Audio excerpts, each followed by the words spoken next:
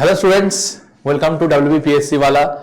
তাহলে তোমাদের স্মার্টিকেলের যে সিরিজটা আমরা কন্টিনিউ করছিলাম, আগের দিনকে আমরা আর্টিকেল 1 to 4 বুঝেছিলাম। তো আজকে যে ক্লাসটা নিয়ে এসেছি লেকচার 2, তো সেখানে আজকে আমরা মৌলিক অধিকার যে ফান্ডামেন্টাল রাইটের কনসেপ্টটা রয়েছে তার সম্বন্ধে কি কি সাব আর্টিকেলস আছে সেইগুলো বুঝবো। একটা কথা মাথায় রাখবে, আমি কিন্তু সব আর্টিকেল এখানে ডেসক্রাইব করছি না। যার যার সাথে সাব আর্টিকেলগুলো যুক্ত রয়েছে বা যেই আর্টিকেলে সাব আর্টিকেলটা বুঝতেই হবে, তো আমি সেই আর্টিকেলগুলোই কিন্তু রেখেছি। বাকি সব যে আর্টিকেলগুলো রয়েছে তার জন্য তো অন্য ক্লাস আছেই, এবং তাছাড়া অনেক ক্লাস আমরা মৌলিক অধিকারে করেছি। তাহলে আর দেরি না করে আজকের যে প্রথম যে আর্টিকেল এবং সাব আর্টিকেলটা রয়েছে তার ক্লাসটায় চলে যাচ্ছি। তাহলে প্রথমে দেখো কি বলছে আর্টিকেল 13 এর বলছে loss inconsistent with or in derogation of the fundamental right shall be void। তার মানে কি?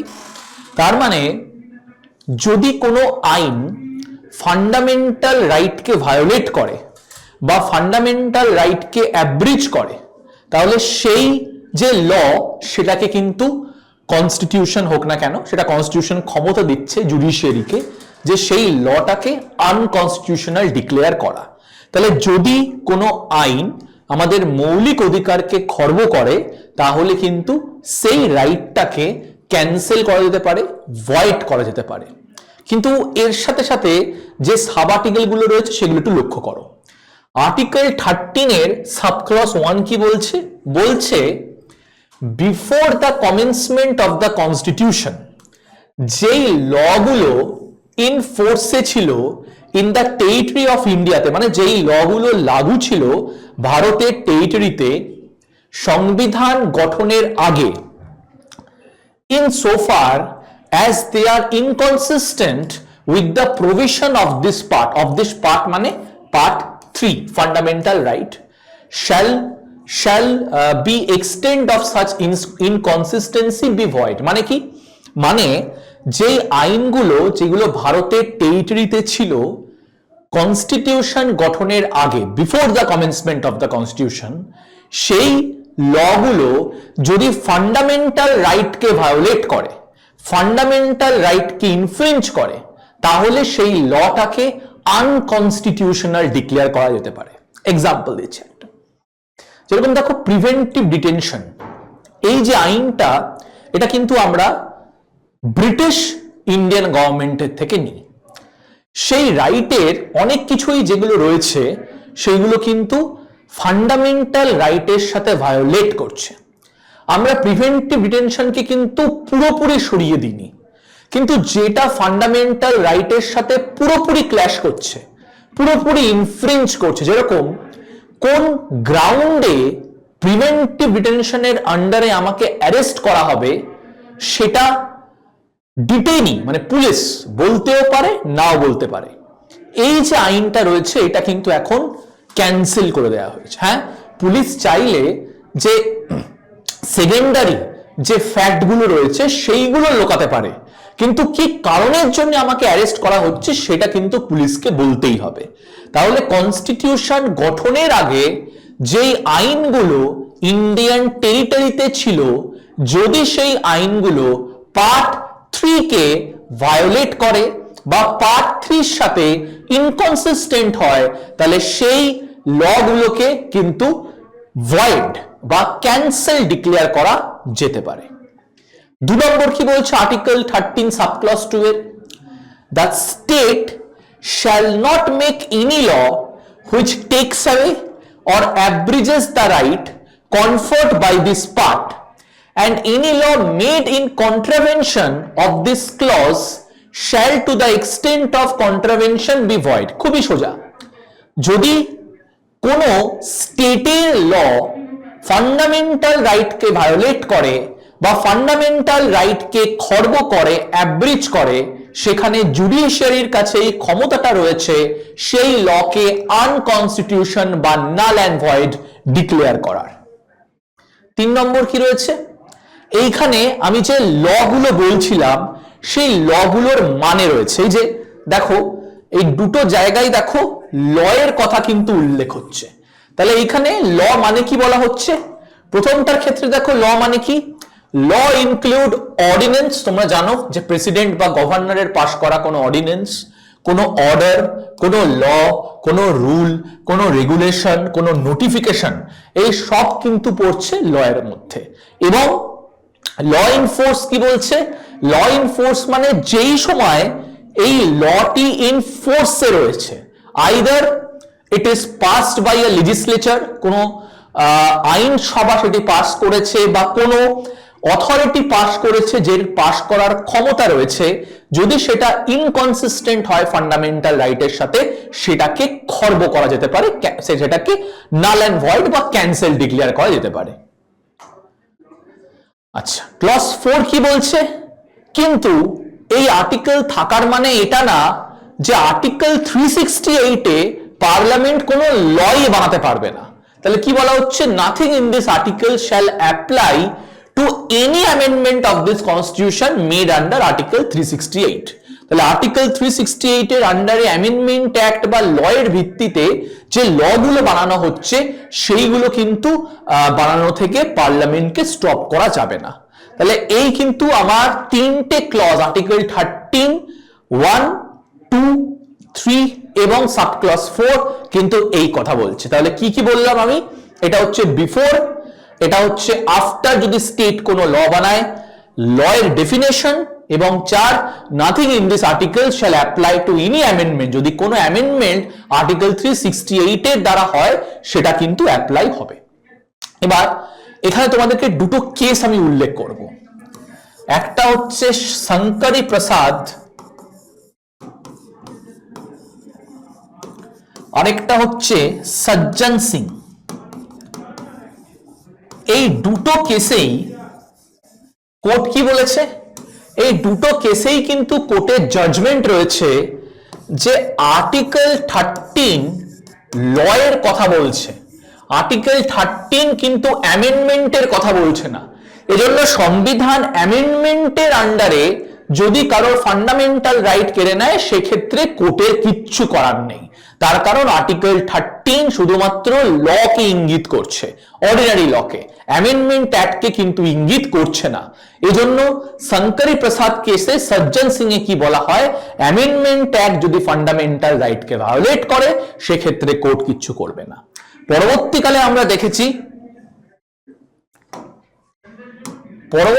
আমরা দেখেছি গোলকনাথ কেস, যেখানে সুপ্রিম কোর্ট পরিষ্কার করে বলে দিল যে কোনো ল হোক, অ্যামেন্ডমেন্ট হোক, সেটা কিন্তু পার্ট 3 কে ইনফ্রিঞ্জ করতে পারবে না, মানে ফান্ডামেন্টাল রাইটকে ভায়োলেট করতে পারবে না।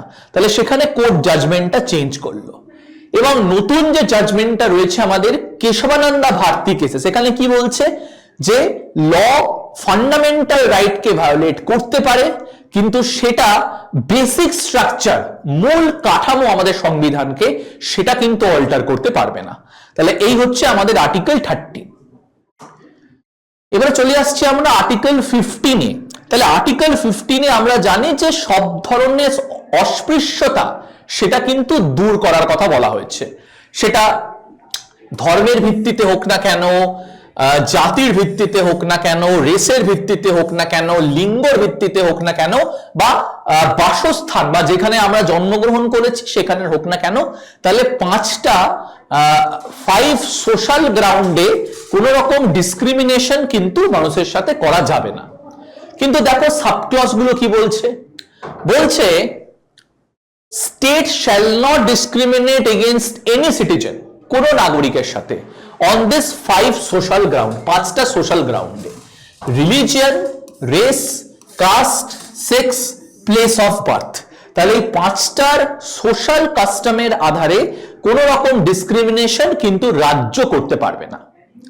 2 নম্বর সাবক্লজ কি বলছে, no citizen shall on the ground only of religion, race, caste, sex, place of birth or any of them। তার মানে কি বলছে, কোন সিটিজেন এই 5টা সোশ্যাল গ্রাউন্ডের আন্ডারে তাদেরকে রেস্ট্রিক্ট করা যাবে না, আটকানো যাবে না, তাদেরকে লিমিট করা যাবে না। কি কি ক্ষেত্রে দেখে নাও, অ্যাক্সেস টু শপে যাওয়ার ক্ষেত্রে। আজকে আমি কোনো মুদিখানা দোকানে গেলাম, সেই মুদিখানার দোকানে গিয়ে মুদিকে বললাম যে আমাকে একটা ডিম দিন। মুদি বলল যে না, আপনার গায়ের রং কালো, আপনাকে তো আমি ডিম দেব না, আগে যে ফর্সা তাকে দেব। তাহলে বর্ণের ভিত্তিতে ডিসক্রিমিনেশন করা যাবে না access to public shop, public restaurant, hotel, place of public entertainment. তাহলে এই জায়গাগুলোতে রাজ্য কোনো ব্যক্তি এই 5টা সোশ্যাল গ্রাউন্ডে ডিসক্রিমিনেট করতে পারবে না। Next, use of wells. তোমরা জানো যে একটা সময় ছিল যেখানে আপার কাস্টের অনেকজনই মনে করত যে তাদের যদি জল লোয়ার কাস্টের কেউ ছোঁয় সেটা অপবিত্র হয়ে যাবে। তাহলে ওয়েলস আমরা ইউজ করতে পারবো without any discrimination. Tanks, bathing ghat, road, places of public resort যেটা মেনটেন করছে স্টেট ফান্ডের দ্বারা, কি বলছি, স্টেট ফান্ডের দ্বারা, এবং যেটা জেনারেল পাবলিকের জন্য মানে সাধারণ লোকের জন্য, সেখানে কিন্তু কোনো রকম ডিসক্রিমিনেট করা যাবে না।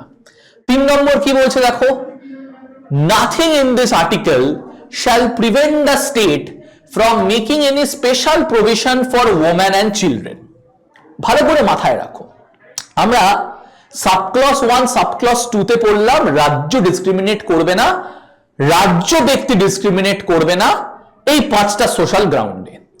কিন্তু যারা পিছিয়ে পড়া শ্রেণী রয়েছে বা যারা পিছিয়ে পড়া যারা ব্যক্তিরা রয়েছে, এখানে ওমেন এবং চিলড্রেনের ক্ষেত্রে বলা হচ্ছে, তো সেখানে রাজ্য ওমেন এবং চিলড্রেনের অ্যাডভান্সমেন্টের জন্য পজিটিভ ডিসক্রিমিনেশন করতে পারে। আমি একটা ছবি দেখাচ্ছি তোমাদেরকে, এই ছবিটা দেখো, এইটাকে বলা হচ্ছে equality.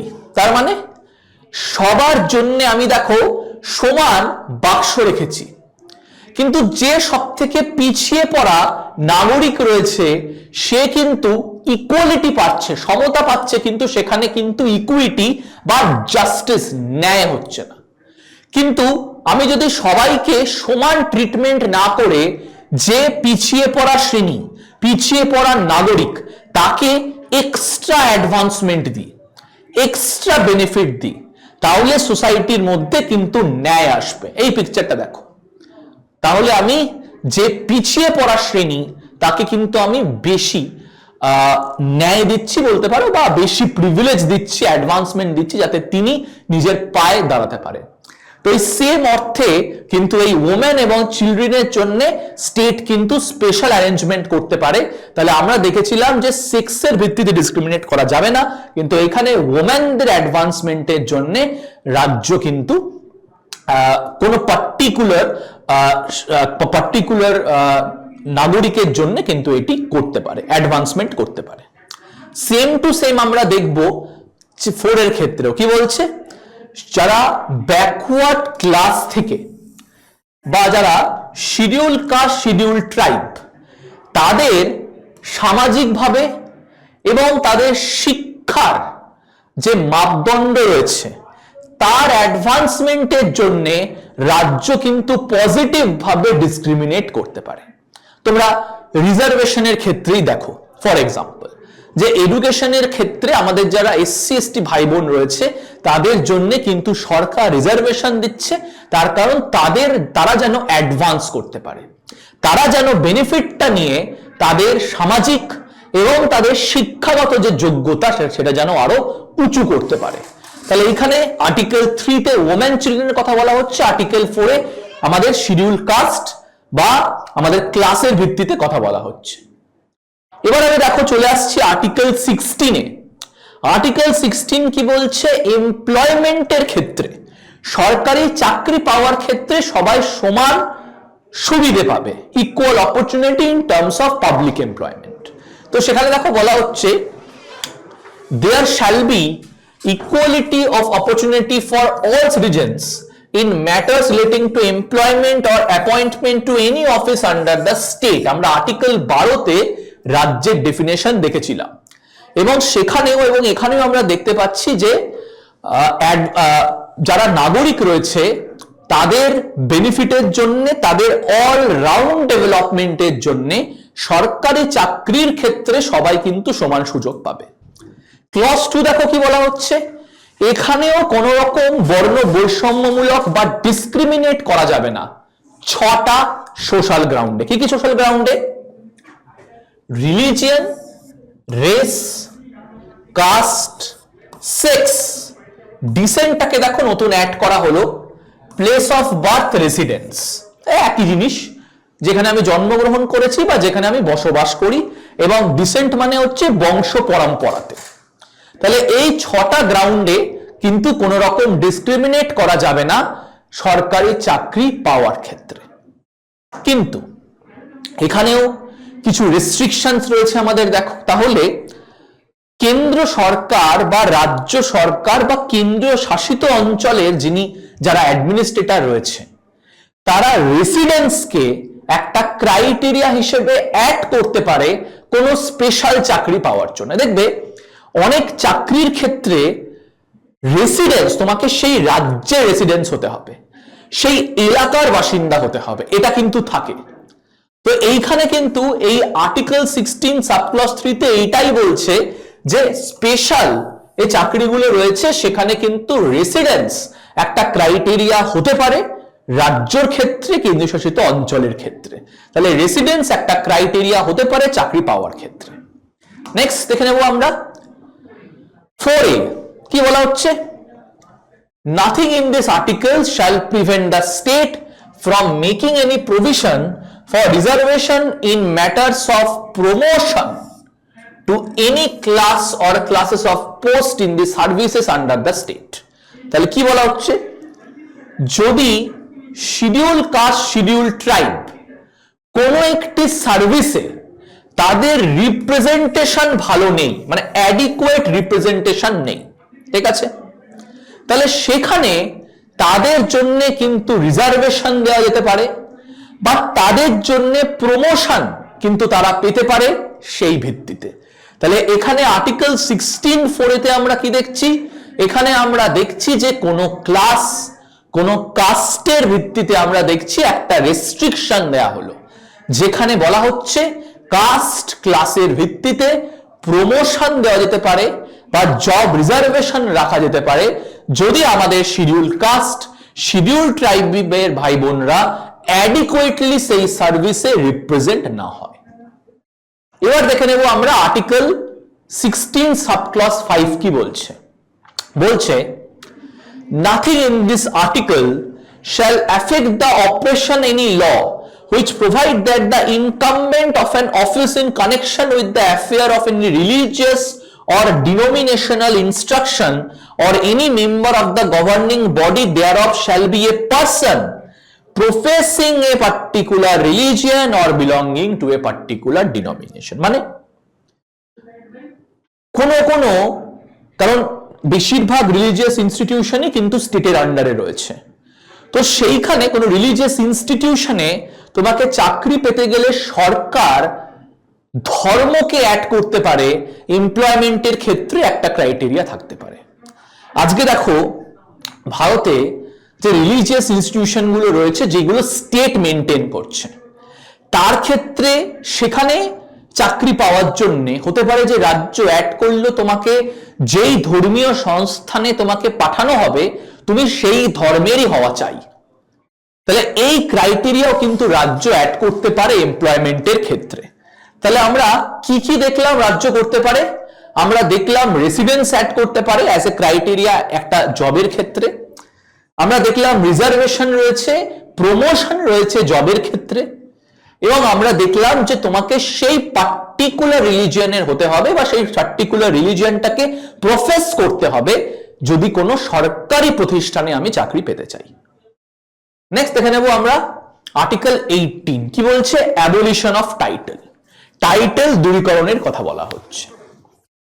No title not being a military or academic distinction, মানে কোন রকম টাইটেল ইন্ডিয়াতে কিন্তু অ্যাবলিশ হয়ে গেছে, সব রকম টাইটেলই অ্যাবলিশ হয়ে গেছে, শুধু মিলিটারি বা একাডেমিক ছাড়া। যেরকম যারা এমফিল করেছে, যারা পিএইচডি করেছে বা যারা ডক্টরেট, তারা এই টাইটেলটা ইউজ করতে পারে। বা যারা মিলিটারি, যারা সৈন্যবাহিনীতে রয়েছে, ব্রিগেডিয়ার, কমান্ডার, এই টাইটেল গুলো কিন্তু অ্যাড করা যেতে পারে। তাহলে only for military and for educational qualification, তাছাড়া সব রকম টাইটেল কিন্তু তুমি ইউজ করতে পারবে না, যে কোনো টাইটেল তুমি ইউজ করতে পারবে না। তাহলে only military and academic title can be used. কিন্তু এখানে আমরা কি দেখবো, সাবক্লজ কি রয়েছে দেখি। No citizen of India shall accept any title from any foreign state. তার মানে অন্য রাজ্য থেকে যদি তোমাকে কোনো টাইটেল দেয়া হয়, সেটা তুমি উইথাউট স্টেট পারমিশন, মানে উইথাউট দ্য গভর্নমেন্ট পারমিশন, তুমি কিন্তু সেই টাইটেল নিতে পারবে না। 3 কি বলছে সাবক্লজ দেখে নেবো আমরা।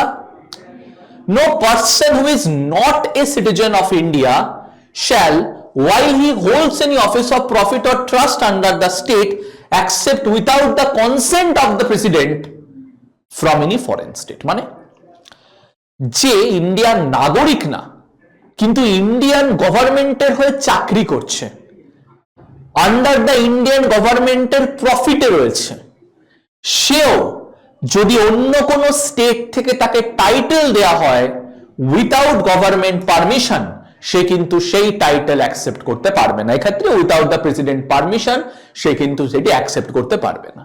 তাহলে কি কি দেখলাম, প্রথমটা বলা হচ্ছে টাইটেল সব রকমের দূরীকরণের কথা বলা হচ্ছে, শুধু মিলিটারি একাডেমিক ছাড়া। নো সিটিজেন অফ ইন্ডিয়া, ভারতের কোন নাগরিক উইথাউট গভর্নমেন্ট পারমিশন কোন অন্য দেশ থেকে টাইটেল নিতে পারবে না।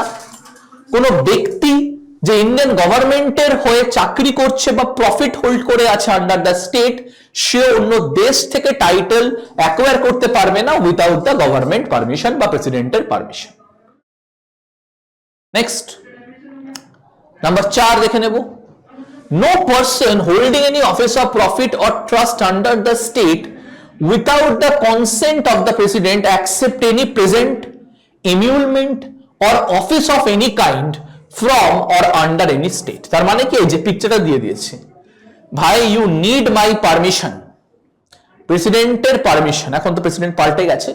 তো কোন পার্সন, ভারতীয় অবশ্যই, কোন পার্সন যে গভর্নমেন্ট অফ ইন্ডিয়ার হয়ে চাকরি করছে বা কোনো স্টেটের আন্ডারে কোনো ট্রাস্টে রয়েছে, সে উইথাউট প্রেসিডেন্টের পারমিশন কোন রকম প্রেজেন্ট, কোন রকম এমিউলমেন্ট বা এনি কাইন্ড অফ প্রেজেন্ট বা এনি কাইন্ড অফ অ্যাওয়ার্ড সে কিন্তু বিদেশ থেকে অ্যাকসেপ্ট করতে পারবে না।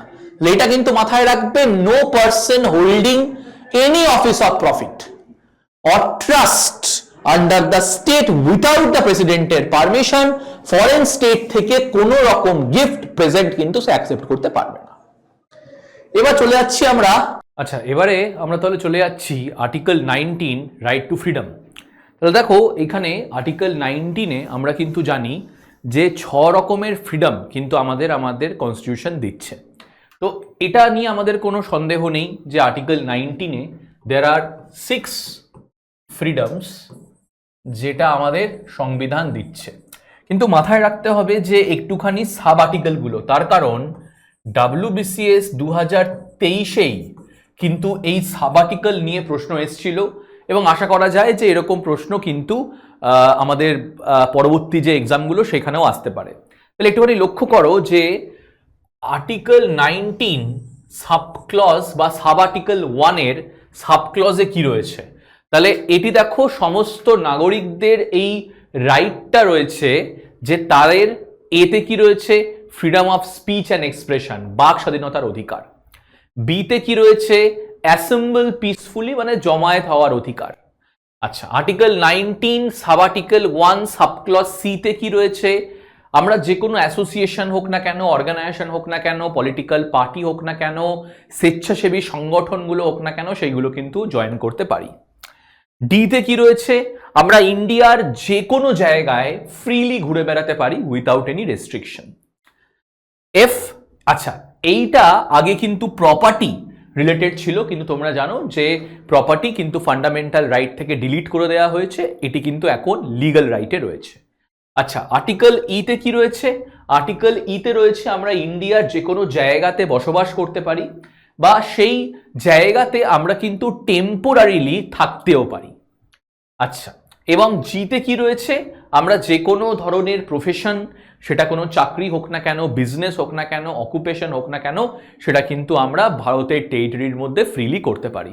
তাহলে এই 6 ধরনের যে ফ্রিডম রয়েছে সেটা কিন্তু আমাদের আর্টিকেল 19 সাবক্লজ 1-এ 6 ফ্রিডমের কথা বলা হচ্ছে। এবার দেখো এর আন্ডারে কিন্তু কিছু সাব আর্টিকেল রয়েছে যেইগুলো রিজনেবল রেস্ট্রিকশন নিয়ে আলোচনা করে। ভালো করে এই ব্যাপারটা লক্ষ্য করো, রিজনেবল রেস্ট্রিকশন নিয়ে আলোচনা করে। আচ্ছা, আগে একটুখানি তোমাদের রিজনেবল রেস্ট্রিকশন কথাটা বুঝিয়ে দিই। তোমরা অনেকেই জানো, আমার মনে হয় না যে এতে বেশি তোমাদের কিছু বুঝতে হবে।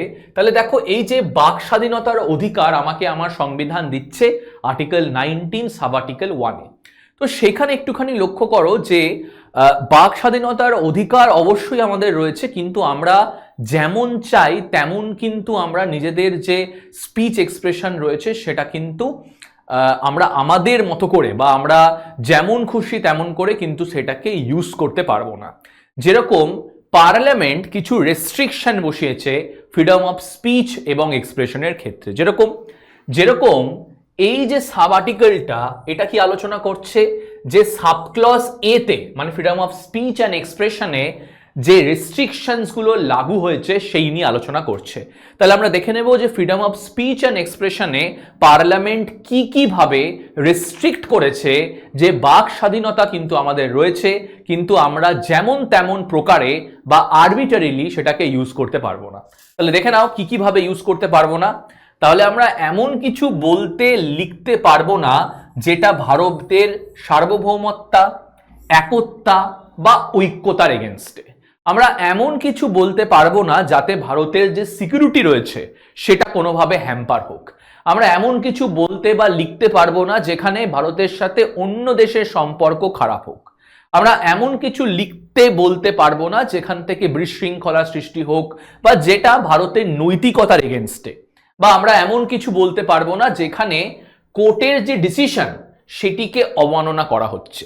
আমরা এমন কিছু বলতে পারবো না যেখানে অন্য কোনো ব্যক্তিকে ডিফেম করা হচ্ছে। তার মানে ডিফেম মানে বুঝতেই পারছো, তাকে পার্সোনাল অ্যাটাক করা হচ্ছে। 2023-এর খুব গুরুত্বপূর্ণ একটা কেসও রয়েছে যেখানে রাহুল গান্ধীকে সুরাট হাইকোর্ট, গুজরাটের একটি হাইকোর্ট এই ডিফেমেশন মামলায় তাকে 2 বছরের জন্য কনভিক্ট করে।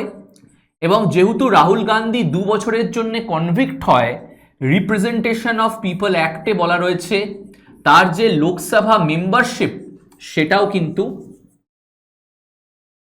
কিন্তু তাকে ডিসকোয়ালিফাই করা হবে। পরবর্তীকালে সুপ্রিম কোর্ট কিন্তু এই ডিসিশনটাকে পাল্টে দেয়, সে যাই হোক না কেন। এবং ইনসেটিমেন্ট টু অ্যান অফেন্স, কাউকে কোনো অফেন্সের জন্য প্ররোচনা দেওয়া, এটাও কিন্তু করা যাবে না। তাহলে আর্টিকেল 19-এ যে আমাদের সাব আর্টিকেল 2 রয়েছে সেটা কি করছে, ক্লজ এর ক্ষেত্রে মানে ফ্রিডম অফ স্পিচ অ্যান্ড এক্সপ্রেশনের ক্ষেত্রে কিন্তু রেস্ট্রিকশন বসাচ্ছে। এবার এই সেম জিনিসটা আমরা যে আরো যে সাব আর্টিকেল রয়েছে সেইগুলোও দেখতে পারবো। তাহলে দেখো, আর্টিকেল 19 সাব আর্টিকেল 3 কোন ক্লজের ব্যাপারে আলোচনা করছে? সাবক্লজ বি এর ব্যাপারে আলোচনা করছে। আচ্ছা, সাবক্লজ বি তে কি ছিল একবার আমরা দেখে নেব। তাহলে দেখো, সাবক্লজ বি তে আমরা পড়েছিলাম জমায়েত হওয়ার অধিকার। আমরা যে কোনো জায়গায় অ্যাসেম্বল হতে পারি, কিন্তু অবশ্যই সেটা কিন্তু ভায়োলেন্ট হলে হবে না বা সেটা কিন্তু উইথাউট আর্মস হলে হবে না, এবং অবশ্যই সেটা শান্তিপূর্ণ হতে হবে। তাহলে এক্ষেত্রে আমরা দেখে নেব যে কি রেস্ট্রিকশন পার্লামেন্ট বসিয়েছে। তাহলে দেখো, অবশ্যই সেটা ভারতের সার্বভৌমত্তা বা ঐক্যতার এগেনস্টে হতে পারে না। এমন কোনোভাবে আমরা এমন কোনো জমায়েত করব না যেখানে বিশৃঙ্খলা বা এই যে পাবলিক অর্ডার একটা রয়েছে, যে ডিসিপ্লিন একটা রয়েছে, সেটা কোনোভাবেই ব্রেক হোক। তাহলে এই কিন্তু আমাদের রয়েছে যে আর্টিকেল 19 সাবক্লজ বি তে এই কিন্তু রেস্ট্রিকশন গুলো বসানো হচ্ছে। সেম ভাবে আমরা 4-এ দেখে নেব আর্টিকেল 19 সাব আর্টিকেল 4-এ কি রয়েছে, সাবক্লজ সি এর ক্ষেত্রে রেস্ট্রিকশন। আমরা সাবক্লজ সি তে কি দেখেছিলাম, যে কোনো ধরনের অ্যাসোসিয়েশন, অর্গানাইজেশন, কোঅপারেটিভ সোসাইটি আমরা যোগদান দিতে পারি বা সেটিকে ফর্ম করতে পারি। তাহলে কি বলা হচ্ছে এখানে, কি কি রেস্ট্রিকশন বসানো হচ্ছে দেখে নেবো আমরা। তাহলে এখানেও কিন্তু ভারতের সার্বভৌমত্তা বা ঐক্যতার এগেনস্টে, এবং যাতে কোনোভাবেই পাবলিক অর্ডার ব্রেক না হয়, নৈতিকতা ব্রেক না হয়, সেটাও কিন্তু আমাদেরকে খেয়াল রাখতে হবে। আজকে অবশ্যই অ্যাসোসিয়েশন, অর্গানাইজেশন জয়েন করার আমার ক্ষমতা রয়েছে, কিন্তু অবশ্যই আমি এমন তো আমি আল কায়দা বা বা অন্য কোনো টেররিস্ট অর্গানাইজেশন তো জয়েন করতে পারি না, বা আমি এমন কোনো অ্যাসোসিয়েশন, অর্গানাইজেশন জয়েন করতে পারি না যেটা ভারতের ঐক্যতা বা অখণ্ডতার এগেনস্টে, বা যেখান থেকে পাবলিক অর্ডার বা নৈতিকতা ব্রেক হচ্ছে। ঠিক আছে, আচ্ছা এবার দেখো নেক্সট আমি চলে যাচ্ছি আর্টিকেল 19। আমাদের দেখে নাও সাব আর্টিকেল 5, সেখানে কি নিয়ে আলোচনা করছে, সেখানে আলোচনা করছে সাবক্লজ ডি এবং ই নিয়ে। আচ্ছা সাবক্লজ ডি এবং ই কি আছে একবার আমরা দেখে নিই। সাবক্লজ ডি এবং ই কি নিয়ে কথা বলছে, এটা কিন্তু কথা বলছে আমরা ইন্ডিয়ান টেরিটরিতে ফ্রিলি ঘুরে বেড়াতে পারি, এবং আমরা ইন্ডিয়ান টেরিটরিতে কিন্তু সেটেল হতে পারি পার্মানেন্টলি, বা সেখানে কিন্তু টেম্পোরারিলি থাকতে পারি।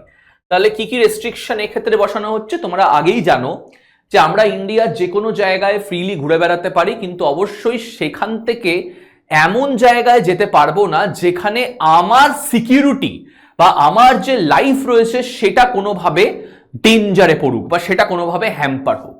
এবং তোমরা জানো যে আমাদের 5th শিডিউলে কিন্তু রয়েছে কিছু শিডিউল ট্রাইব, শিডিউল এরিয়া। এমন ভারতে কিছু কিছু জায়গা রয়েছে যেখানে কিন্তু ট্রাইবাল পিপলদের বসবাস, বা যেখানে যেখানে তোমরা বুঝতেই পারছো, যেখানে যারা আর কি ট্রাইবাল পিপল রয়েছে, যারা জাতি উপজাতি রয়েছে, তাদের কিন্তু বসবাস রয়েছে। তো সেই সব এলাকাতে যদি আমি যেতে চাই বা সেই সব এলাকাতে যদি আমি সেটেল করতে চাই, সেই জন্য কিন্তু ইন্ডিয়ান গভর্নমেন্টের পারমিশন লাগবে। তাহলে এই ধরনের কি রেস্ট্রিকশন লাগানো হয়েছে আমরা দেখে নেব। তাহলে রেস্ট্রিকশন কিন্তু এখানে যেটা লাগানো হয়েছে সেটা হচ্ছে যে জেনারেল পাবলিকের এগেনস্টে গিয়ে আমি এরকম কোনো জায়গায় সেটেল হতে পারবো না।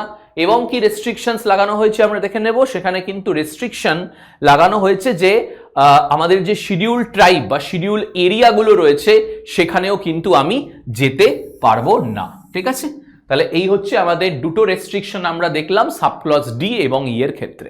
আচ্ছা জি এর ক্ষেত্রেও আমরা দেখে নেব। জি এর ক্ষেত্রে বুঝতেই পারছো, যে কোনো বিজনেস হোক না কেন বা যে কোনো অকুপেশন হোক না কেন, সেটা ব্যবসা বাণিজ্য হোক না কেন, সেইগুলো কিন্তু আমরা করতে পারি।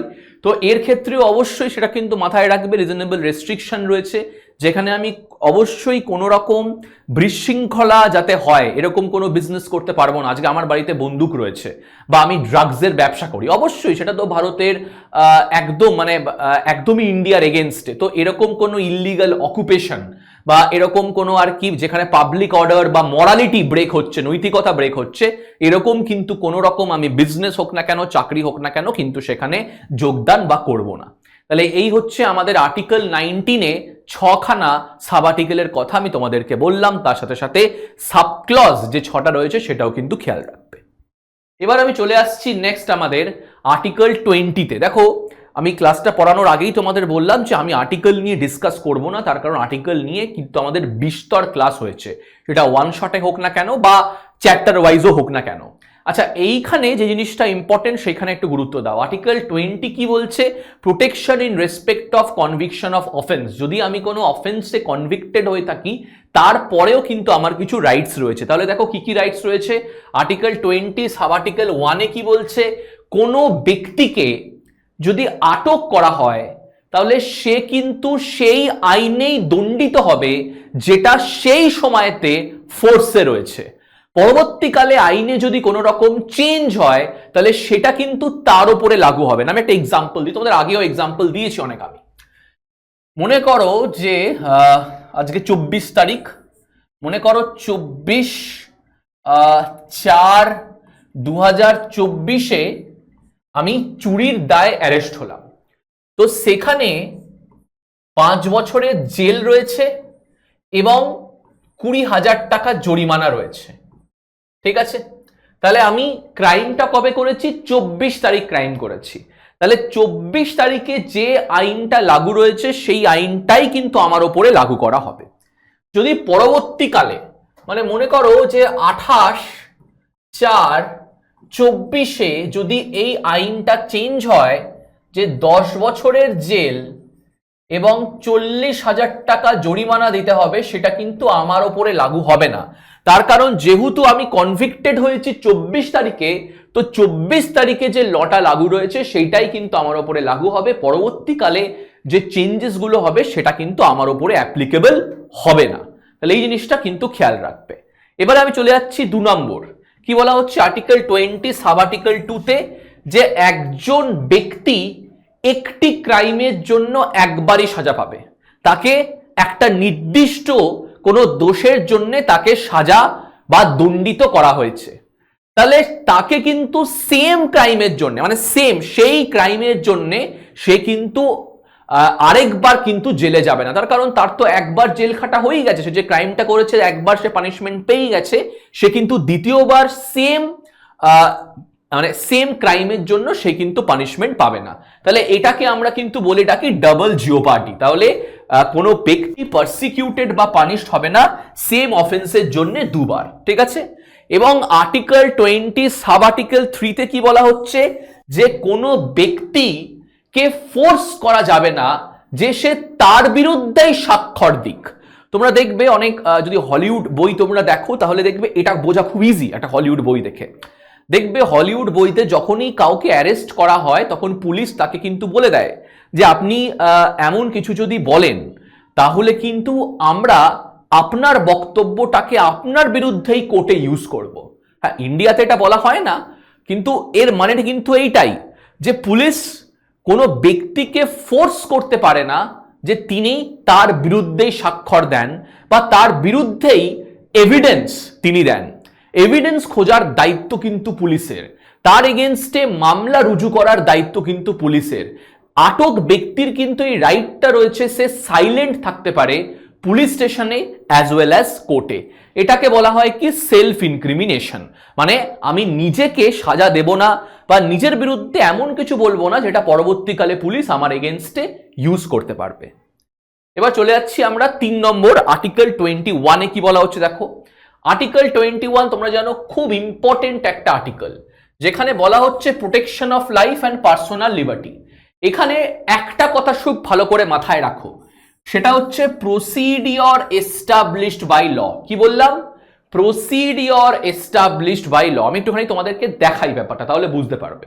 আচ্ছা, এবারে তাহলে দেখে নাও, এখানে একটা তোমাদের স্লাইডটা দেখাই আমি, একটুখানি দেখো কি বলা হচ্ছে। এখানে বলছে আর্টিকেল 21-এ রাইট টু লাইফ এবং লিবার্টি। এখানে দুটো জিনিস তোমরা কিন্তু লক্ষ্য করবে। এখানে প্রথমে আমি তোমাদের দেখাচ্ছি, দেখো procedure established by law. Established by law এটা রয়েছে কোথায়? ইন্ডিয়াতে। এটা আমরা জাপান থেকে কিন্তু নিয়েছি। কিন্তু ইউনাইটেড স্টেটসে রয়েছে due process of law. Due process of ল।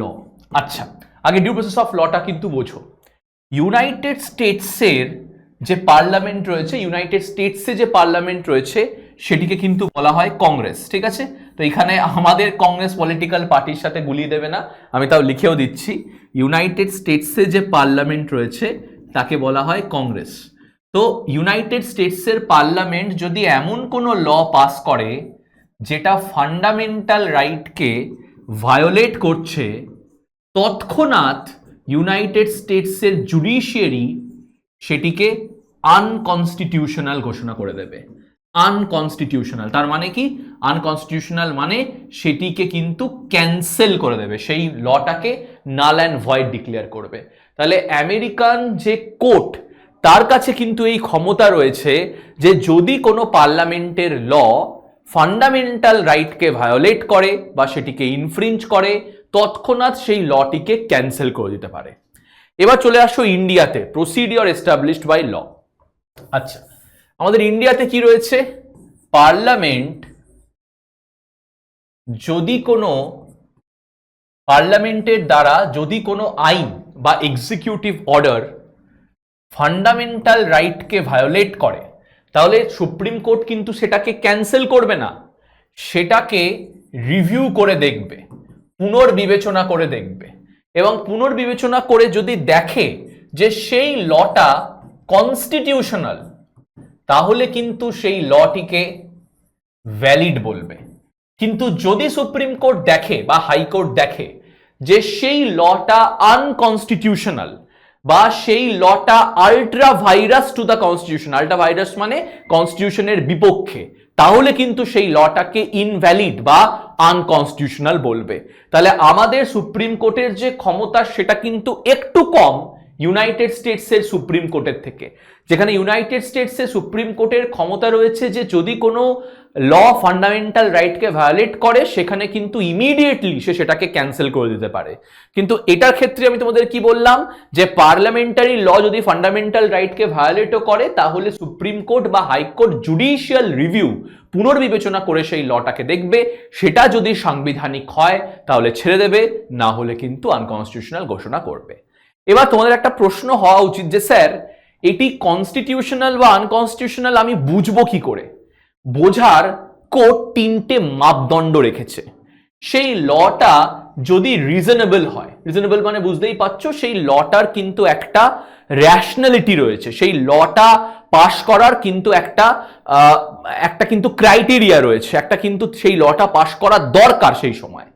সেই লটা অবশ্যই ফেয়ার হতে হবে, একদম ফেয়ার হতে হবে, মানে বুঝতেই পারছো সেই লটা কিন্তু আইনসম্মত হতে হবে এবং সেই লটা যেন ন্যায় করে। তাহলে এই তিনটে জিনিসের ক্রাইটেরিয়াতে কোর্ট ডিসাইড করছে যে যদি কোনো ল ফান্ডামেন্টাল রাইটকে ভায়োলেট করে তাহলে সেই লটা হতে হবে রিজনেবল, ফেয়ার এবং জাস্ট। সেটি যদি আনরিজনেবল হয়, আনফেয়ার হয় বা আনজাস্ট হয় তখনই কিন্তু কোর্ট সেটিকে নাল অ্যান্ড ভয়েড বা ক্যান্সেল ডিক্লেয়ার করবে। এই জিনিসটা কিন্তু খেয়াল রাখবে। এবং এরকম অনেক কেসেস হয়েছে, একটা খুব ইম্পর্টেন্ট কেস আছে সেটা হচ্ছে মেনকা গান্ধী কেস। সেখানে কিন্তু সুপ্রিম কোর্ট সরাসরি কিন্তু বলে দিচ্ছে যে রাইট টু লাইফ মানে কিন্তু শুধু বাঁচা না, কিন্তু হিউম্যান ডিগনিটির সাথে বাঁচা।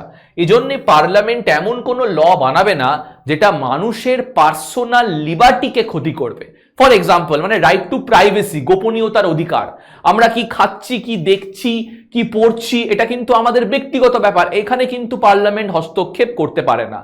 তো এরকম কিন্তু অনেক ডিসিশন সুপ্রিম কোর্ট কিন্তু দিয়েছে যেটি আর্টিকেল 21 এর যে স্কোপ সেটাকে কিন্তু আরো বেশি এনহ্যান্স করছে, আরো বেশি বাড়িয়ে দিচ্ছে। যেরকম এই যে রাইট টু লাইফ মানে হচ্ছে রাইট টু প্রাইভেসি, ট্রাভেল মানে অ্যাব্রড মানে অন্য কোনো দেশে ট্রাভেল করা, ঠিক আছে, রাইট টু ম্যারি। আচ্ছা এই রাইট টু ম্যারি আবার সুপ্রিম কোর্ট কিন্তু এটিকে কনস্টিটিউশনাল বলছে না।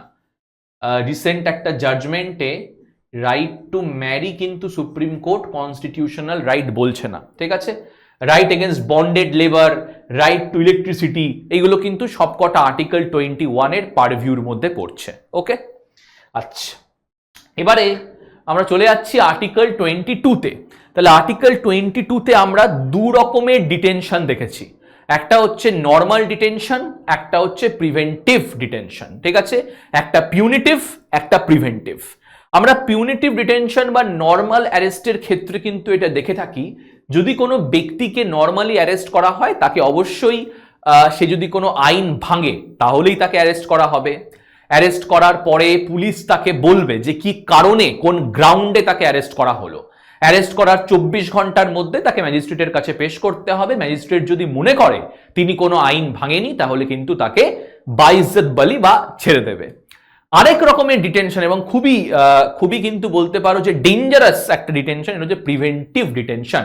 এটা একটা ব্রিটিশ আইন যেটাকে আমরা পরবর্তীকালে ভারতের সংবিধানে অ্যাকসেপ্ট করি। কি বলে সেটা বলে যে সন্দেহের ভিত্তিতে পুলিশ কিন্তু কোনো ব্যক্তিকে আটক করতে পারে, সন্দেহের ভিত্তিতে। যেরকম পুলিশ সন্দেহ করছে আমার বাড়িতে বোমা রয়েছে, সন্দেহ করছে আমার বাড়িতে গান রয়েছে, তা পুলিশ কি অপেক্ষা করবে কখন আমি বোমা মারবো, কখন বন্দুক চালাবো তারপরে আমাকে অ্যারেস্ট করবে? না, পুলিশকে তৎক্ষণাৎ অ্যাকশন নিতে হবে। তো সেক্ষেত্রে পুলিশ কি করবে? সেক্ষেত্রে কিন্তু আমাকে সন্দেহের ভিত্তিতে আটক করতে পারে। অফকোর্স কি গ্রাউন্ডে অ্যারেস্ট করা হচ্ছে সেটা আমাকে বলতেই হবে, কিন্তু পুলিশ চাইলে মাইনার যে গ্রাউন্ডগুলো সেটা কিন্তু লুকিয়ে রাখতে পারে।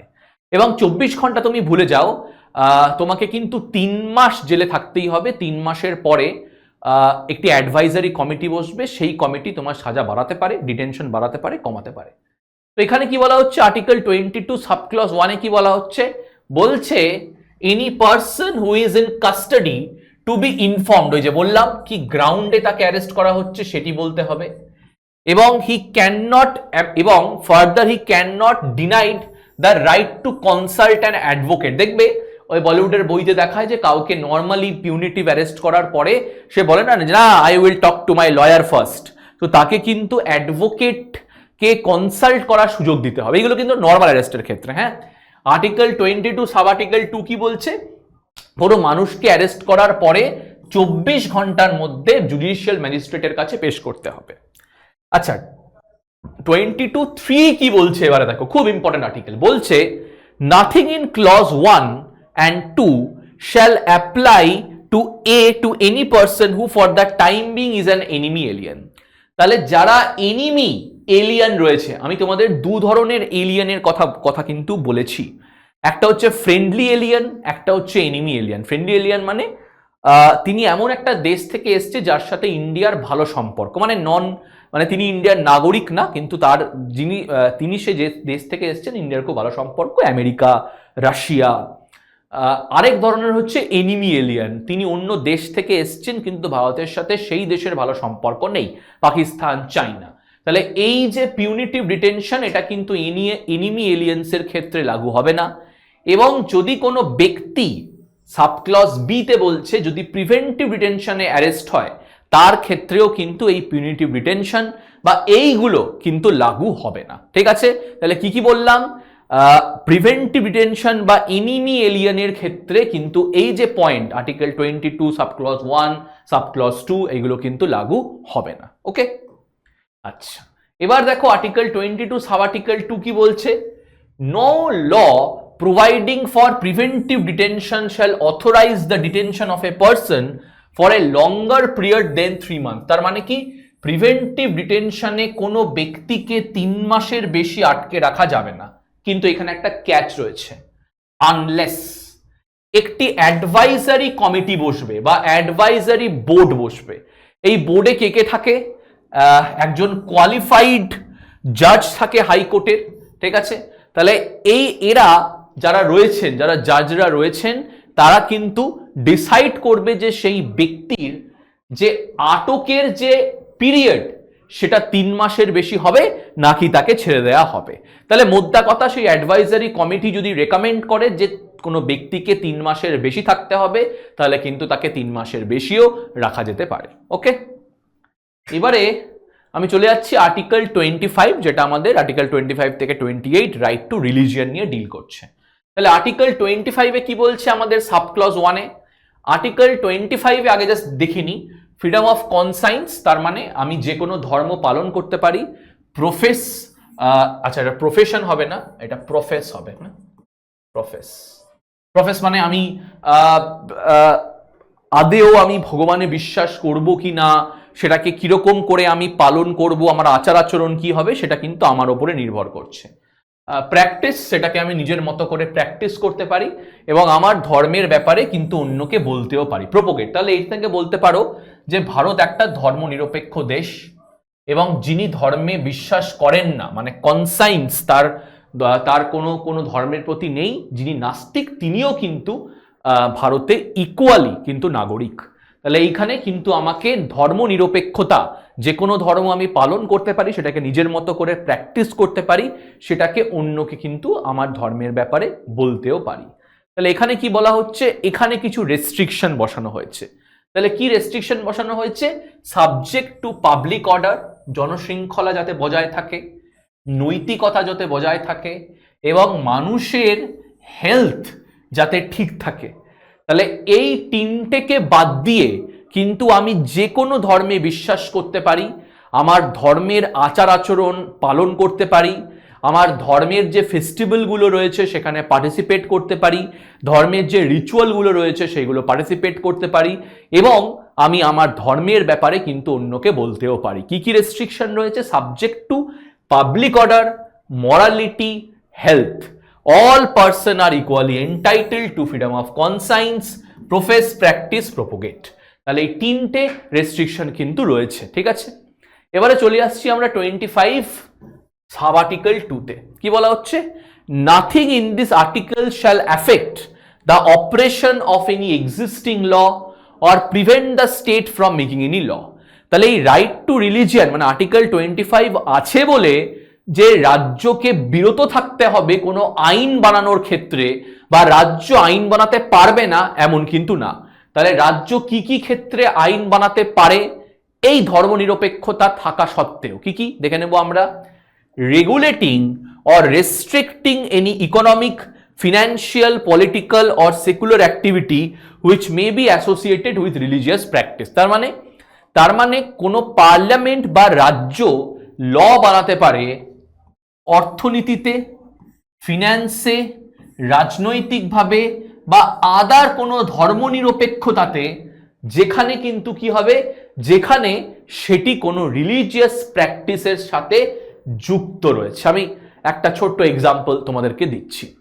দেখো, ধর্মনিরপেক্ষতা কিন্তু রয়েছে, কিন্তু দেখো অনেক রিলিজিয়াস ফেস্টিভ্যাল রয়েছে সেখানে যাতে পাবলিক অর্ডার বজায় থাকে বা রাজনৈতিকভাবে সেটা যেন কোনো রকমের বিশৃঙ্খলা সৃষ্টি না করে, সেখানে কিন্তু স্টেট, আমাদের যে স্টেট রয়েছে আর্টিকেল 12-এ, তারা কিন্তু নিষেধাজ্ঞা বসায় যে না, এত লোকই অ্যাকসেপ্টেড, এই রাস্তাগুলো দিয়ে তারা যাবে বা তাদের যে পথ যেখান দিয়ে প্রসেশন, রিলিজিয়াস প্রসেশন যাবে, সেটা কিন্তু নির্দেশ করা থাকে ল অ্যান্ড অর্ডারকে বজায় রাখতে গেলে।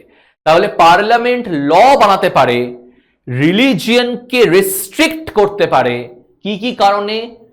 অর্থনৈতিক কারণে, ফিনান্সিয়াল কারণে, রাজনৈতিক কারণে বা আদার কোনো সেকুলার অ্যাক্টিভিটিকে বজায় রাখার জন্য। ওকে, আচ্ছা, নেক্সট বি নম্বর দেখো কি বলা হচ্ছে। Providing for social welfare and reform or throwing open of Hindu religious institution of a public character to all classes and section of Hindus। কি বলছে সোশ্যাল ওয়েলফেয়ারের জন্য, সোশ্যাল ওয়েলফেয়ার মানে বুঝতেই পারছো সামাজিকভাবে ওয়েলফেয়ারের জন্য বা রিফর্মের জন্য, রিফর্ম বলতে একটি রিলিজিয়নকে আরো বেশি করে ভালো করা, এটাকে বলা হচ্ছে রিফর্ম। তাহলে সোশ্যাল ওয়েলফেয়ারের কারণে, সামাজিক উন্নয়নের কারণে বা একটি ধর্মর আরো বেশি সেটিকে ভালো করার জন্যে হিন্দু যে রিলিজিয়াস ইনস্টিটিউশনসগুলো রয়েছে, যে আমাদের যে মন্দিরগুলো রয়েছে বা আলাদা যে হিন্দু যে আমাদের সংগঠন বা ইনস্টিটিউশনগুলো রয়েছে, সেইগুলো কিন্তু সব ক্লাস অফ লোকেদের জন্য খোলা থাকবে এবং যারা সেকশনস অফ হিন্দু রয়েছে তাদের জন্য কিন্তু খোলা থাকবে।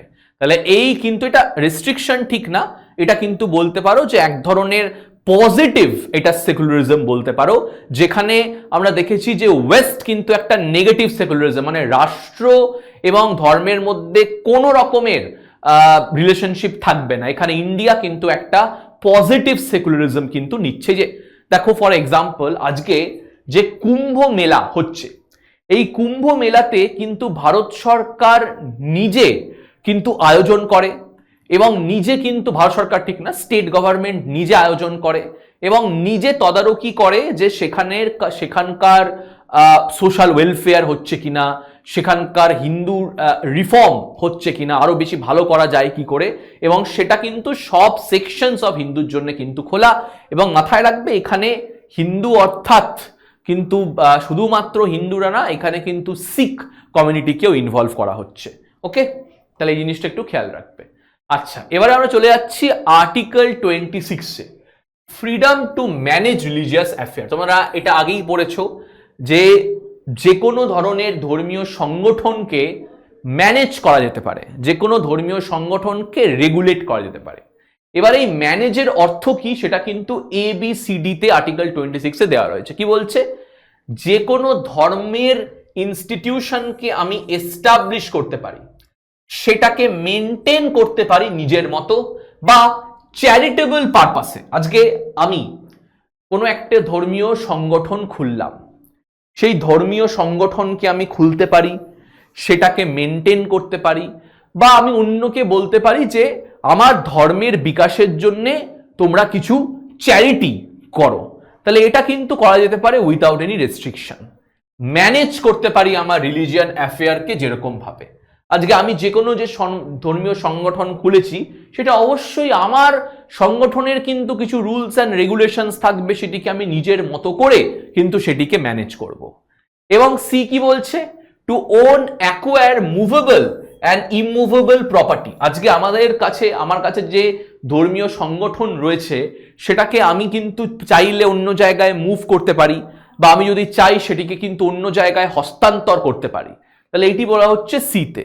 আচ্ছা, ডিতে কি বলা হচ্ছে, to administer such property by law. এবার কি, সেই যে প্রপার্টিটা, এই যে যেখানে আমি সেটাকে এস্টাবলিশ করেছি, যেইখানে আমি সেটাকে মেনটেন করছি, যেটাকে আমি অন্য জায়গায় হস্তান্তর করতে পারি বা এক জায়গাতে রাখতে পারি, এই যে জিনিসগুলো রয়েছে, সেটা কিন্তু কিসের দ্বারা নিয়ন্ত্রিত হবে, সেটা কিন্তু আইনের দ্বারা নিয়ন্ত্রিত হবে। তাহলে এইগুলো কিন্তু আমি এস্টাবলিশ করতে পারি, ম্যানেজ করতে পারি, আমার ধর্মীয় সংগঠন বা প্রতিষ্ঠানকে অন্য জায়গাতে এস্টাবলিশ করতে পারি, সেটাকে অন্য জায়গাতে মুভ করতে পারি, কিন্তু অবশ্যই সেটা কিন্তু হতে হবে in accordance with the law, to administer such property by the law. Okay, এবারে চলে আসছি আমরা আর্টিকেল 27। তো গেল 27-এ কিছু সাব আর্টিকেল বা সাব ক্লজ ওরকম নেই। তোমরা সবাই জানো যে ট্যাক্স, কোনো রকম ট্যাক্স কিন্তু আমার রিলিজিয়নকে প্রমোট করার জন্য বা আমার রিলিজিয়নকে মেনটেন করার জন্য কোনো রকম indirect tax, direct tax indirect যাই হোক, ডাইরেক্ট হোক ইনডাইরেক্ট হোক, ট্যাক্স সরকার নেবে না, কিন্তু অবশ্যই আমি চ্যারিটি করতে পারি, যেটা আর্টিকেল 26-এই রয়েছে। আচ্ছা, এবার দেখো আর্টিকেল 28-এ সাব আর্টিকেল 1-এ কি বলছে, no religious instruction shall be provided in any educational institution. কোনো রকম ধর্মীয় শিক্ষা কোনো রকম শিক্ষা প্রতিষ্ঠানে দেওয়া যাবে না, যেটি পুরোপুরি রাজ্য দ্বারা মেনটেন্ড, এই যে wholly maintained by the state, রাজ্য দ্বারা সেটি কিন্তু মেনটেন করা হচ্ছে, বা যেটি রাজ্যের ফান্ড দ্বারা মেনটেন করা হচ্ছে বা রাজ্যের ফান্ডের দ্বারা এস্টাবলিশ করা হয়েছে, কিছুই না, সরকারি শিক্ষা প্রতিষ্ঠানগুলোর কথা বলা হয়েছে। তাহলে এই সরকারি শিক্ষা প্রতিষ্ঠানে কোনো রকম আমি রিলিজিয়াস ইনস্ট্রাকশন কিন্তু দিতে পারবো না। এবার দেখো 2 নম্বর কি বলছে, নাথিং ইন ক্লজ 1, এই যে clause 1 shall apply to any educational institution that is administered by the state but has been established under any endowment or trust which require that religious instruction shall be imparted in such institution। এটা একটা বলতে পারো limitation. প্রথম পয়েন্টে কি বলা হচ্ছে 1-এ, যে শিক্ষা প্রতিষ্ঠানে, সরকারি শিক্ষা প্রতিষ্ঠানে কোনো রকম ধর্মীয় ইনস্ট্রাকশন কিন্তু দেওয়া যাবে না, ইনস্ট্রাকশন বা ডাইরেকশন দেওয়া যাবে না। দ্বিতীয়টায় বলা হচ্ছে যে এমন শিক্ষা প্রতিষ্ঠান যেটাকে তৈরি করেছে কোনো প্রাইভেট সংস্থা বা সেটি কোনো ট্রাস্ট দ্বারা সেটি তৈরি হয়েছে, হ্যাঁ অবশ্যই অ্যাডমিনিস্টার্ড বাই দ্য স্টেট, দেখভাল করছে রাষ্ট্র, ঠিক আছে, কিন্তু তৈরি করেছে কোনো প্রাইভেট সংগঠন, সেখানে কিন্তু ধর্মীয় শিক্ষা ইনস্ট্রাকশন বা রিলিজিয়াস ইনস্ট্রাকশন দেওয়া যেতে পারে। একটা এক্সাম্পল দিন। এক্সাম্পল দেখো, যে অনেক যে খ্রিশ্চান মিশনারি স্কুলগুলো রয়েছে, সেখানে কিন্তু রিলিজিয়াস ইনস্ট্রাকশন দেয়া হয়, অবশ্যই সেটা নৈতিকতার কারণেই দেয়া হয়। তো এরকম রিলিজিয়াস ইনস্ট্রাকশন কিন্তু দেওয়া যেতে পারে বেসরকারি শিক্ষা প্রতিষ্ঠানে, কিন্তু সেটা রাজ্য দ্বারা কিন্তু চালিত না, ঠিক মানে ঠিক চালিত বললেও হবে না, রাজ্য দ্বারা যেটিকে নিয়ন্ত্রিত করা হচ্ছে, কিন্তু প্রাইভেট সংস্থা এটিকে সেট আপ করেছে। ওকে, আচ্ছা এখানেও আমি লিখে দিয়েছি যে 4 টাইপ অফ এডুকেশনাল ইনস্টিটিউশন রয়েছে। একটা যেটা কমপ্লিটলি রাজ্য দ্বারা মেনটেন্ড হয়, একটা যেটি রাজ্য অ্যাডমিনিস্টার করে কিন্তু এস্টাবলিশ করেছে কোনো সংস্থা, institution recognised by the state, মানে রাজ্য শুধু সেই ইনস্টিটিউশনটাকে রেকগনাইজ করেছে, এবং ইনস্টিটিউশন রিসিভিং ফ্রম স্টেট, তার মানে স্টেট ফান্ড পাচ্ছে কোনো ইনস্টিটিউট। তাহলে এই 4 ধরনের ইনস্টিটিউট হয় এখানে। কিন্তু আমি কিসের কথা বললাম? 2-তে, এই যে 2-তে কিন্তু এইটার কথা বললাম। ওকে, এবার চলে আসছি আমি কালচারাল অ্যান্ড এডুকেশনাল রাইট। আচ্ছা, এটা নিয়ে দেখো অনেকের একটা ভুল ধারণা রয়েছে যে স্যার কালচারাল এডুকেশনাল রাইট আপনি শুধু মাইনরিটির জন্য বলছেন। এখানে স্যার আমরা জানি দু ধরনের মাইনরিটির কথা বলা হচ্ছে, একটা হচ্ছে রিলিজিয়াস এবং একটা হচ্ছে ভাষার ভিত্তিক মানে লিঙ্গুইস্টিক।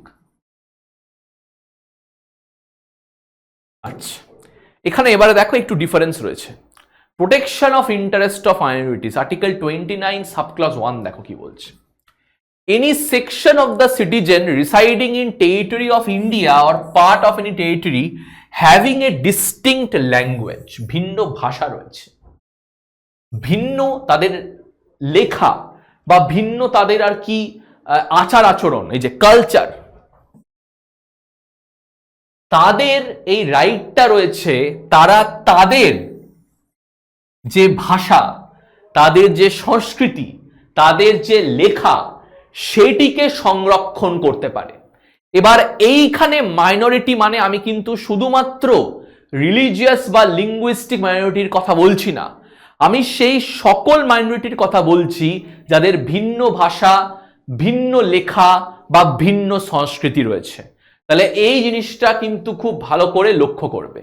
এবার দেখো 2 নম্বর পয়েন্টে কি বলা হচ্ছে, no citizen shall be denied admission in any educational institution maintained by the state or receiving aid out of state fund। ভালো করে এটা পড়ো। আমি চলে যাচ্ছি আর্টিকেল 28, এই জন্যই বলি সবকটা জিনিস কিন্তু ইনক্লুডেড রয়েছে। এই যে institution wholly maintained by the state, ঠিক আছে। আচ্ছা, এখানে দেখো কি বলা হচ্ছে, institution administered by the state কিন্তু এস্টাবলিশ করা হয়েছে কোথায়, একটি প্রাইভেট সংস্থা এস্টাবলিশ করেছে। তো এইখানে কি বলা হচ্ছে, কোনো নাগরিককে আটকানো যাবে না কোনো শিক্ষা প্রতিষ্ঠানে অ্যাডমিশন নেওয়ার থেকে যেটি পুরোপুরি রাষ্ট্র দ্বারা চালিত বা যেটি রাষ্ট্রর ফান্ডে চলছে। তাহলে 1 এবং 4 এই যে এই দুটো কিন্তু লাগু হচ্ছে আবার আর্টিকেল 29 সাবক্লজ 2 এর ক্ষেত্রে। তাহলে এমন কোনো নাগরিককে আটকানো যাবে না কোনো শিক্ষা প্রতিষ্ঠানে অ্যাডমিশন নেওয়ার থেকে যেখানে মেনটেন্ড হচ্ছে স্টেটের দ্বারা বা সে ফান্ড পাচ্ছে স্টেটের দ্বারা। কি কি গ্রাউন্ডে, রিলিজিয়ন, রেস, কাস্ট, ল্যাঙ্গুয়েজ এবং এনি অফ দেম, ঠিক আছে। আচ্ছা, নেক্সট চলে যাচ্ছি আমি আর্টিকেল 30। আচ্ছা, এটা দেখো, right of minorities to establish and administer educational institution. তারা মাইনরিটি যারা রয়েছে, আচ্ছা এইখানে কিন্তু আবার 2 রকমের মাইনরিটির কথা বলা হচ্ছে, একটা হচ্ছে রিলিজিয়াস মাইনরিটি আর একটা হচ্ছে লিঙ্গুইস্টিক বা ল্যাঙ্গুয়েজের মাইনরিটি। কি বলছে, সমস্ত মাইনরিটি সেটা রিলিজিয়ান হোক না কেন, ল্যাঙ্গুয়েজ হোক না কেন, তাদের ক্ষমতা রয়েছে তারা নিজের মতো করে শিক্ষা প্রতিষ্ঠানকে এস্টাবলিশ করতে পারে, সেই শিক্ষা প্রতিষ্ঠানকে নিজের মতো করে চালাতে পারে, অ্যাডমিনিস্টার করতে পারে। 30 সাবক্লজ 2 তে কি বলছে, state shall not in granting aid to educational institution discriminate against any educational institution on the ground that it is under management of a minority whether based on religion or language। মানে রাজ্য discriminate করবে না এমন কোন শিক্ষা প্রতিষ্ঠানকে যেটি মাইনরিটির দ্বারা চালিত, সেটা রিলিজিয়ান মাইনরিটি হোক না কেন, ল্যাঙ্গুয়েজের মাইনরিটি হোক না কেন। তাহলে রাষ্ট্র কিন্তু এই ধরনের শিক্ষা প্রতিষ্ঠানকে দিয়েও কিন্তু সহায়তা করবে। তাহলে এই হচ্ছে আমাদের আর্টিকেল 30-তে এইটি বলা হচ্ছে, state shall not in granting aid fund to educational institution discriminate against any educational institution on the ground that it is under the management of a minority whether based on religion or language. আচ্ছা, এবারে চলে আসছি আমরা article 32-তে। এটা তোমরা জানোই constitutional remedies, তার মানে যে ফান্ডামেন্টাল রাইট যদি আমার ভায়োলেট হয় তাহলে আমি সুপ্রিম কোর্টে আন্ডার আর্টিকেল 32-তে মুভ করতে পারবো। Supreme court article 32 sub article 2-তে এই 5টা রিটের মাধ্যমে আমার যে ফান্ডামেন্টাল রাইট রয়েছে সেটিকে কিন্তু ফিরিয়ে দেবে। Habeas corpus, mandamus, prohibition, quo warranto certiorari. আমার অনেক ক্লাস রয়েছে ফান্ডামেন্টাল রাইট নিয়ে ইউটিউবে, একটুখানি পারলে আর্টিকেল 32 সম্বন্ধে কিন্তু আমি খুব ভালো করে এই 5টা রিট বুঝিয়েছি, একটুখানি তোমরা দেখে নিও। এবারে দেখো কি বলা হচ্ছে, বলছে under article 1 the right to article 32 subclause 1 the right to move to the supreme court by appropriate proceedings for the enforcement of the fundamental right conferred by this part is guaranteed. তার মানে কিছুই না, আমার fundamental right যদি violet হয় আমি under article 32-তে supreme কোর্টে move করতে পারবো আমার ফান্ডামেন্টাল রাইটকে এনফোর্স করার জন্য, এবং সুপ্রিম কোর্ট এই 5টা রিটের মাধ্যমে ফান্ডামেন্টাল রাইটকে ভিড়িয়ে দেবে। 32(3) কি বলছে দেখে নেবো আমরা। Without prejudice to the power conferred on the supreme court by clause 1 and 2 parliament may by law empowered by other court to exercise within the local limit of its jurisdiction all or any of the power accessible by the Supreme Court under clause 2। খুব ভালো, কি বলছে যে without prejudice to the power conferred on the supreme court by clause 1 and 2, মানে clause 1 and 2 তে supreme কোর্টকে যে ক্ষমতা দেওয়া হয়েছে রিট পিটিশন ইস্যু করার, parliament may by law empower any court to exercise within the local limit of its jurisdiction all or any of the power exercised by the Supreme Court under Article Clause 2। মানে supreme কোর্টের কাছে writ petition issue করার ক্ষমতা রয়েছে, কিন্তু parliament অন্য কোর্টকেও তাদের লিমিটে থেকে কিন্তু এই রিট পিটিশন ইস্যু করার যে জুরিসডিকশন সেটা এক্সটেন্ড করতে পারে। For example article 226 of the Indian কনস্টিটিউশনের কাছে হাইকোর্টেরও কিন্তু অথরিটি রয়েছে রিট পিটিশন ইস্যু করার। ওকে, তাহলে এই জিনিসটা একটু খেয়াল রাখবে। এবার চলে যাচ্ছি আমরা সাবক্লজ 4-এ। The right guaranteed by this article shall not be suspended except as otherwise provided for the constitution. এই যে সুপ্রিম কোর্ট বা হাইকোর্টের যে ক্ষমতা রয়েছে রিট ইস্যু করা, সেটা সাসপেন্ড করা যাবে না, শুধুমাত্র যদি কনস্টিটিউশনে কোনো সাসপেন্ডের প্রভিশন থাকে সেটিকে মাথায় রেখেই সাসপেন্ড করা যাবে, এমনি কিন্তু এই প্রভিশন সাসপেন্ড করা যাবে না। এবার চলে আসছি আমরা আর্টিকেল 35, খুব ইম্পর্টেন্ট, এবং WBCS 2023-এ এটা দিয়েও কিন্তু একটি প্রশ্ন এসছে, আমি শর্ট করে তোমাদের 33টা 34টা বলে দিচ্ছি।